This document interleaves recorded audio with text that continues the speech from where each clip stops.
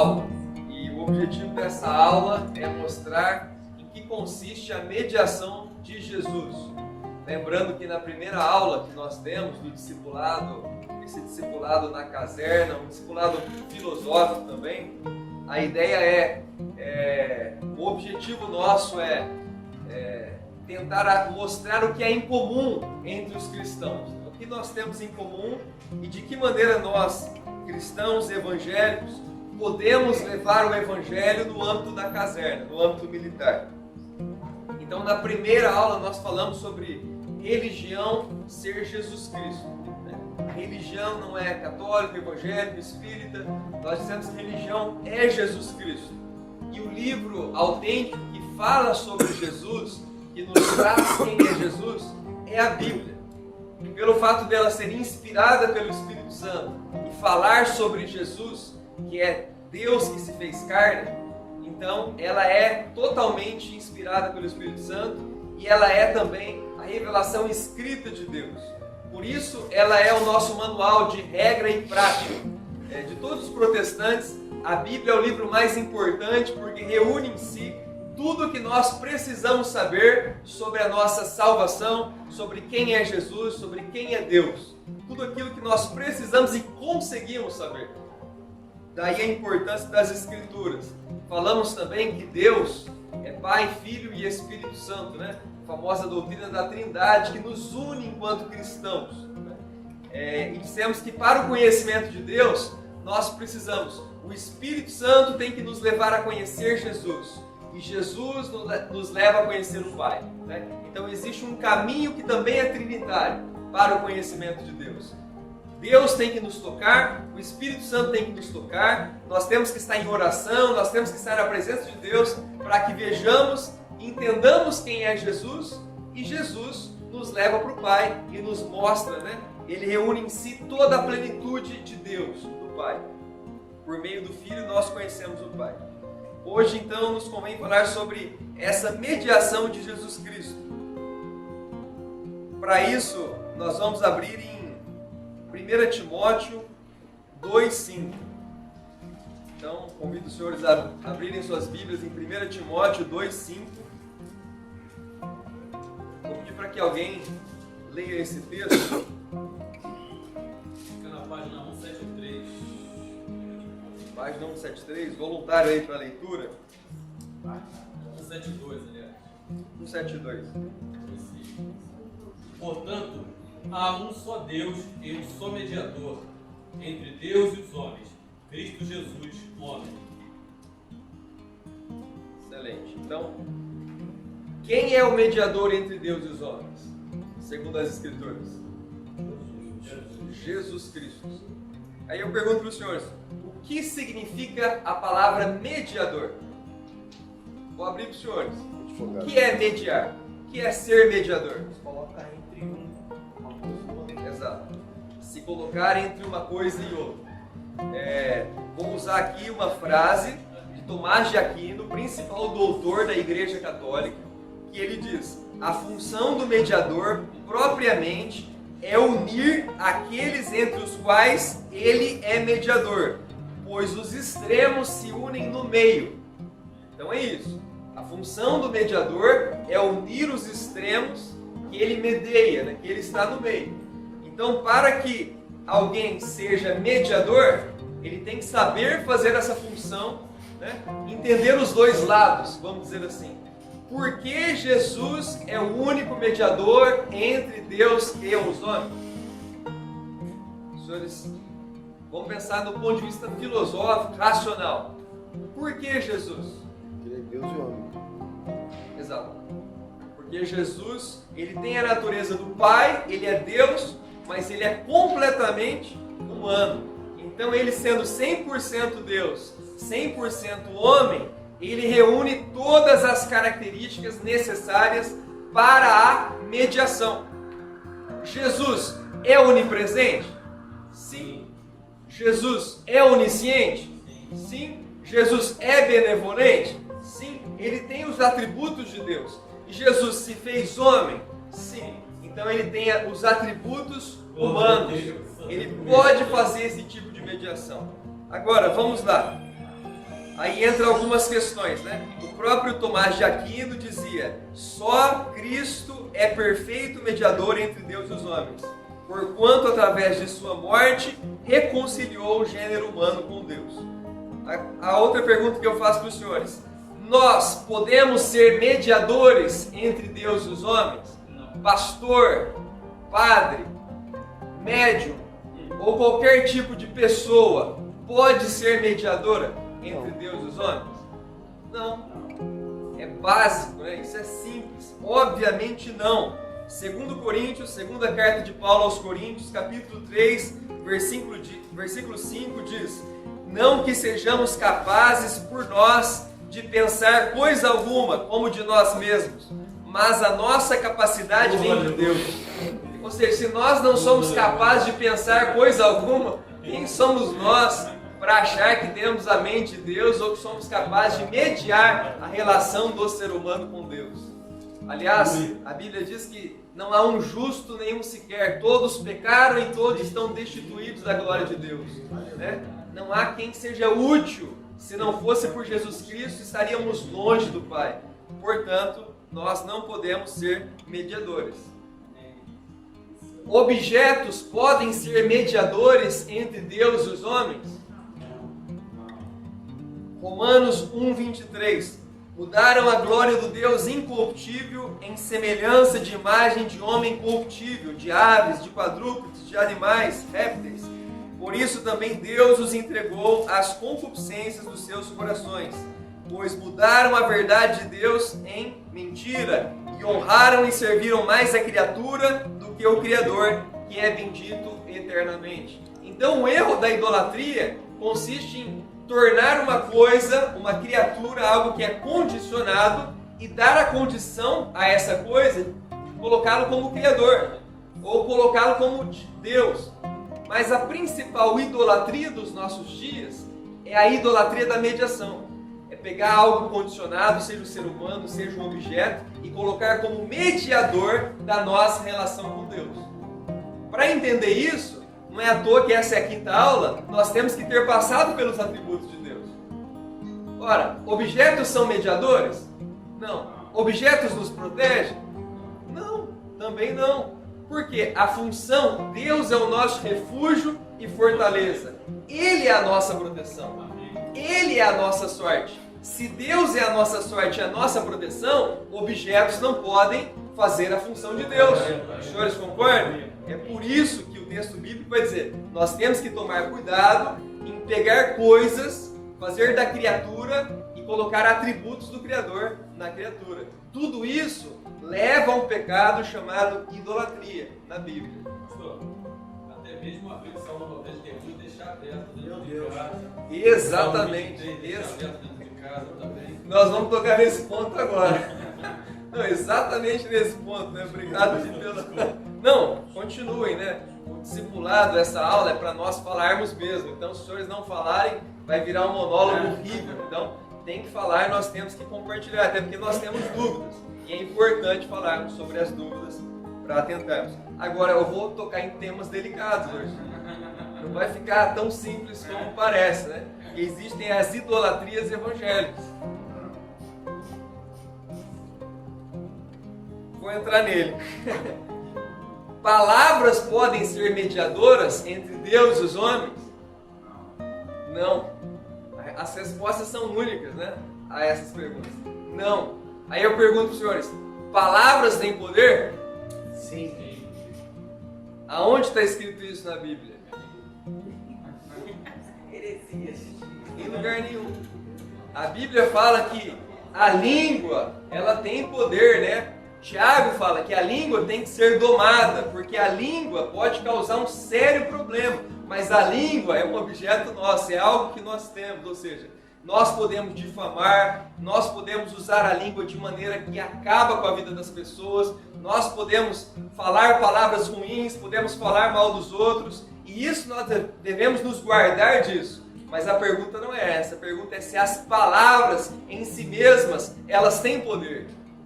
Tem uma que tem, o verbo com V maiúsculo, né? Jesus Cristo. No grego é o Logos com L maiúsculo, Jesus Cristo. Ele é a palavra de Deus. No princípio era a palavra estava com Deus, a palavra era Deus. E a palavra se fez carne e habitou entre nós. Esta palavra tem poder. Agora, a Bíblia tem poder na medida em que ela fala do Verbo e que ela é inspirada pelo Espírito Santo. Isso e por isso, somente por isso, a Bíblia é a palavra de Deus. Poderosa. Tira o Espírito, tira Jesus, tira o Pai, a Bíblia não serve para nada. É um livro entre outros. Ela só é a palavra de Deus porque ela testifica sobre o Verbo, ela fala sobre Jesus, ela tem nela o poder do Espírito Santo. Ora, será que palavras sem Deus, apesar de Deus, têm poder? De maneira nenhuma. Mas da onde tiramos a ideia que palavras têm poder? Da magia. Então são idolatrias gospel, idolatrias evangélicas. Achamos que se eu falar sobre morte, eu vou morrer. Se eu falar sobre vida, eu vou viver, né? A boca tem esse poder, até a Bíblia fala, né? Ela pode amaldiçoar, ela pode abençoar, mas esse amaldiçoar que o salmista fala não é no sentido de falar para uma coisa acontecer que vai acontecer, é no sentido de falar mal ou de falar bem, né? De falar coisas de Deus para as pessoas. Então nós temos que tomar um certo cuidado com essa ideia de que palavra tem poder. 2 Coríntios, capítulo 3, versículos 6 ao 9.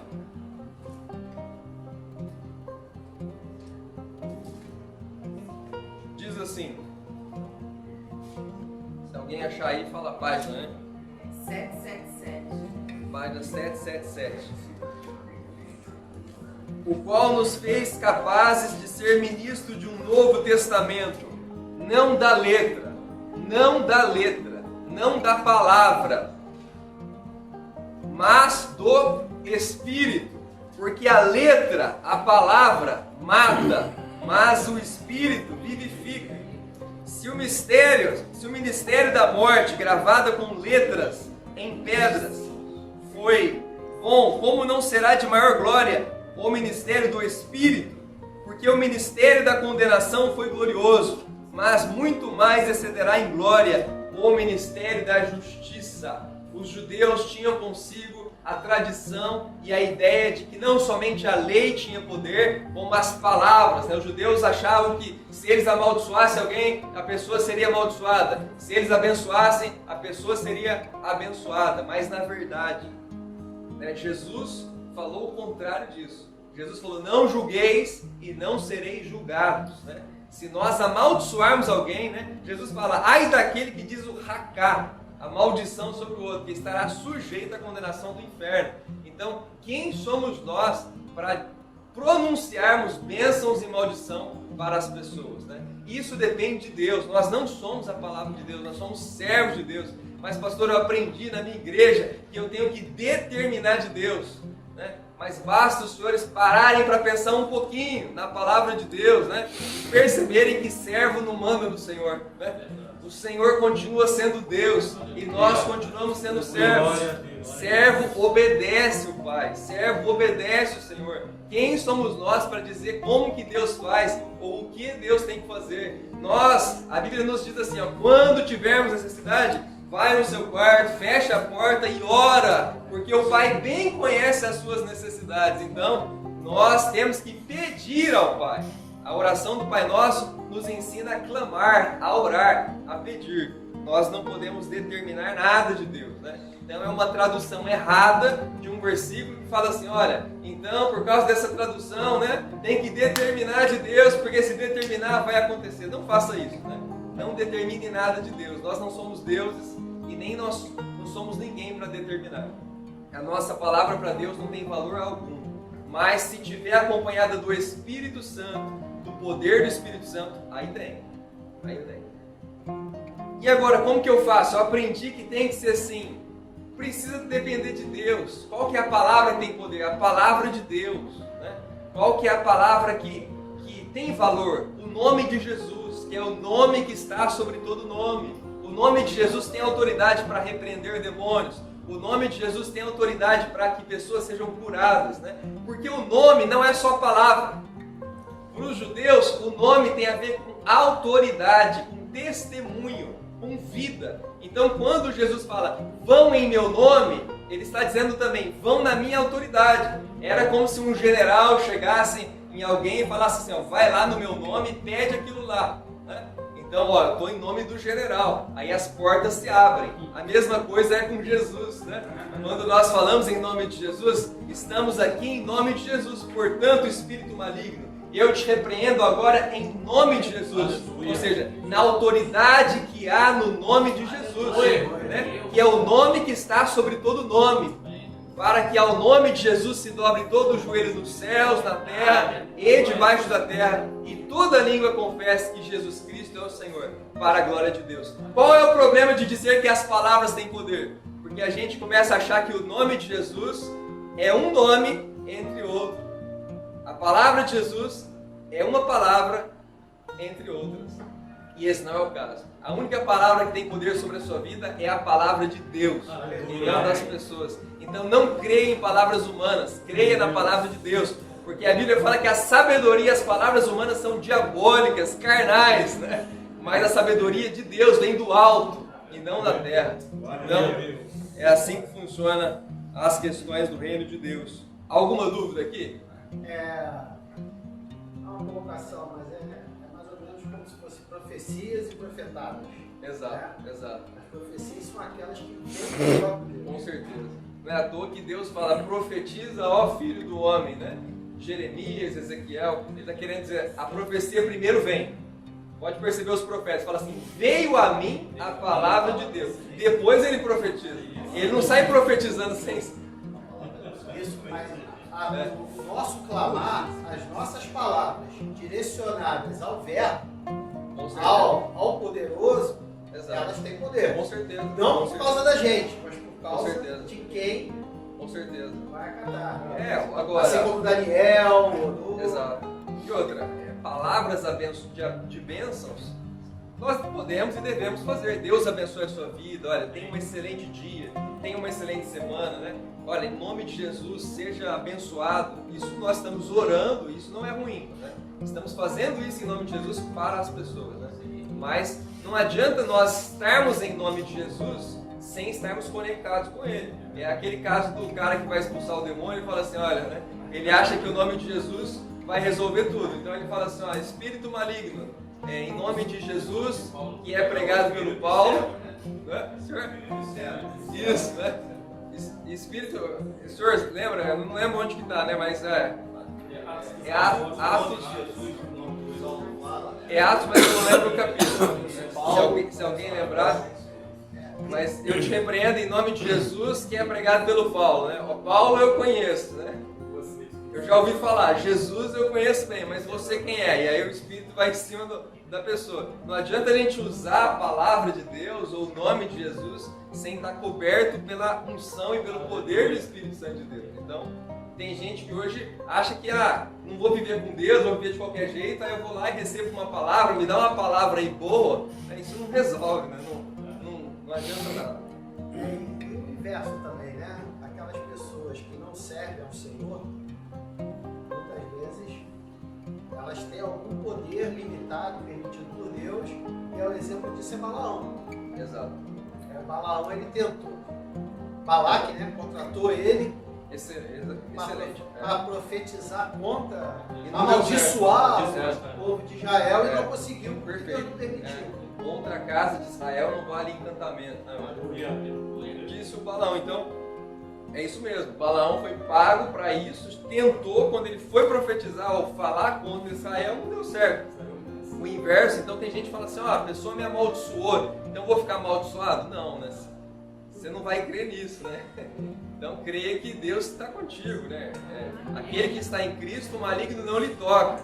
Existe uma série de doutrinas que entram no âmbito evangélico que faz com que a nossa mente fique tão confusa que Satanás começa a agir com facilidade no nosso meio, né? Porque a gente começa a acreditar que tem maldição que está em cima de nós, a gente começa a acreditar que tem palavra maligna sobre as nossas vidas, e nós começamos a acreditar em tantas coisas, quando deveríamos crer apenas no poder que há no sangue de Jesus e na libertação que nós temos em Cristo. Então, por muitos anos eu vi pessoas dentro das igrejas sofrendo, né, com uma série de problemas espirituais e bastava ela ter certeza de uma coisa, né? A lei do Espírito da vida me libertou da lei do pecado. Já não há condenação para aqueles que estão em Cristo Jesus. Ora, se estamos em Cristo Jesus, se Jesus já pagou por todos os meus pecados, se Ele já morreu na cruz, e eu creio nisso, então fique tranquilo, né? Satanás não lhe toca, o maligno não lhe toca, palavra nenhuma chega, né? Então, nós temos que tomar cuidado com esse misticismo ou com essa magia gospel, porque isso gera um grande precedente, uma abertura muito grande para que o próprio Satanás consiga nos colocar em medo, confusão e uma série de problemas. Seres humanos vivos ou mortos podem ser mediadores? Não. Porque o ser humano é finito e limitado, ele não é capaz de chegar por si só a Deus, né? E após a sua morte, segundo a Bíblia, não existe nenhum contato entre mortos e vivos. Lucas 16, 19. Também tem um texto de Hebreus que fala: o homem é dado morrer uma só vez. 9:27. Qual que é? Hebreus 9:27. Hebreus 9:27, né? Obrigado aí. Esqueci de trazer o texto bíblico, né? Mas Hebreus 9:27 fala: o homem é dado morrer uma só vez, ou seja, não existe, né? O contexto bíblico. Os senhores podem estar aqui falando assim: ah, mas eu acredito nisso. Não tô. Os senhores têm o poder e podem acreditar no que quiserem. Quem sou eu para mudar a opinião dos senhores? Mas eu estou dizendo que, do ponto de vista bíblico, né, a doutrina bíblica foi iniciada no contexto dos gregos que acreditavam na reencarnação. Então, quando o autor de Hebreus fala: o homem é dado morrer uma só vez, ele está combatendo exatamente a doutrina dos estoicos, que falava sobre a reencarnação e sobre Deus como energia, Deus presente nas coisas e assim por diante. Então, olha, mas eu aprendi dessa maneira, eu respeito a sua crença, mas biblicamente não é possível. Biblicamente é ressurreição. Biblicamente a gente morre só uma vez e então tem o juízo de Deus, né? Isso é do ponto de vista bíblico e evangélico, tá? Então, se houver alguém aqui de outra religião, eu respeito, nós caminhamos juntos, mas eu estou falando aí o ponto de vista da Bíblia. O que significa o fato de Jesus Cristo ser o único mediador da nova aliança de Deus conosco? Significa que somente Ele pode perdoar os nossos pecados. Nós não temos autoridade nenhuma, nós não temos autoridade para que as pessoas sem Jesus sejam perdoadas. Quer dizer que eu não posso perdoar? Você deve perdoar. Os senhores devem perdoar, né? E liberar perdão, se assim buscar, não tem nenhum problema. A questão é, nós não podemos achar que perdoamos as pessoas sem que elas se defrontem com o sacrifício de Jesus na cruz. Porque o que perdoa os nossos pecados não são as nossas palavras ou sentimentos. O que perdoa é o sacrifício de Jesus lá na cruz. Ele levou, né? A Bíblia fala que Ele é a propiciação pelos nossos pecados, e não somente pelos nossos, mas pelos pecados de toda a humanidade. Portanto, o que é a propiciação? Tem a ver com a substituição, e não somente substituição, a propiciação, além da substituição, é um negócio a mais, né? É uma graça a mais. Jesus não somente substituiu os nossos pecados, Ele não é somente o Cordeiro de Deus que tira o pecado do mundo, como Ele nos tornou favoráveis, propícios à graça de Deus. Então a propiciação significa exatamente isso, que Jesus nos fez favoráveis. Não somente temos o perdão dos nossos pecados na cruz, como nós temos o favor de Deus a nosso respeito. Podemos ser abençoados, podemos nos relacionar novamente com Ele. Então, o fato de Jesus ser o único mediador entre Deus e os homens significa que só Ele pode perdoar os nossos pecados. 1 João 2,2. E somente chegamos ao Pai por meio dele, né? Então Jesus fala: eu sou o caminho, a verdade e a vida. Ninguém vai ao Pai senão por mim. Ah, mas eu quero tentar o caminho X ou Y porque é mais fácil, é mais modesto, é mais humilde. Mas a Bíblia não está dizendo que Ele é um caminho para o Pai. Está dizendo que Ele é o caminho. E só é possível chegar em Deus por meio dele. Então não é por mim, não é pelos senhores, não é por quem morreu, não é pelo a pessoa lá atrás, não é por anjos, é somente por Jesus Cristo. Pastor, mas isso está muito difícil, está muito radical. Essa é a mensagem bíblica. Nós não temos o direito de pegar o conteúdo bíblico e torcer para nos agradar. Então essa é a mensagem bíblica que eu estou passando para os senhores. Significa que precisamos guardar e confiar somente em suas palavras. 1 João 2,5. Pois elas, e somente elas, têm poder de curar, expulsar demônios e nos abençoar, né? Então os discípulos, quando descobriram o poder que havia no nome de Jesus, voltaram alegres. Jesus falou: por que vocês estão tão felizes? Né? Eles falam: porque nós fomos e oramos e as pessoas foram curadas em seu nome. Em seu nome expulsamos demônios, em seu nome fizemos muitas coisas. E Jesus falou assim: olha, vocês vão ver muito mais do que isso, né? Então, existe poder e autoridade no nome de Jesus. Esse nome é poderoso, né? Jesus tem poder. Nisso eu creio. Mas nós não temos poder algum. Por que Deus nos atende? Somos filhos. O que mais? Por que Deus nos atende? Misericórdia. O que os senhores acham? Pela misericórdia, pela graça. Exatamente isso, né? Porque Ele nos ama. Lembra da aula anterior? Porque Deus nos criou para nos amar e para se relacionar conosco. Deus nos atende porque Ele nos ama, Ele tem prazer em se relacionar conosco. Mas Ele nos atende por intermédio do Senhor Jesus Cristo. Porque Ele olha para nós e vê em nós o sacrifício do seu Filho.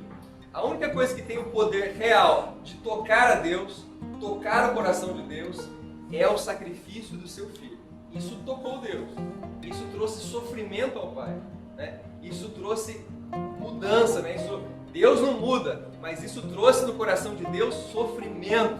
Deus viveu a angústia de ver o seu Filho na cruz. E mesmo assim, por amor à humanidade, Ele fez isso. Para que, ao ver o que aconteceu com Jesus, né, o Pai vê o que aconteceu com Jesus, Jesus que sofreu na cruz todo o sofrimento de todo o pecado da humanidade, quando Ele olha para nós, Ele vê em nós o preço que foi pago pelas nossas vidas. É por isso, e somente por isso, que nós somos feitos justos. Daí nós vamos falar nas próximas aulas do tema da justificação pela fé. Somos feitos justos, purificados e perdoados por meio do que Jesus, e somente por meio do que Jesus fez na cruz pelas nossas vidas. Deus pode agir sem que alguém conheça a Cristo? Sim, Deus age de infinitas maneiras. A graça de Deus está sobre todas as pessoas. Deus criou a todas as coisas e todas as pessoas. Mas, no entanto, a ação de Deus visa a nossa salvação e santificação. Deus age em nossas vidas a fim de que nós venhamos a conhecer a Jesus. Então tem muitas pessoas que estão experimentando a graça de Deus, mas ainda não foram salvas, ainda não sabem o que é os seus pecados serem perdoados, ainda não nasceram de Deus. Por isso, a ação de Deus, Deus fez um milagre na minha vida, eu acredito. Deus agiu mesmo independente da religião, eu acredito. Deus fez coisas maravilhosas, eu acredito.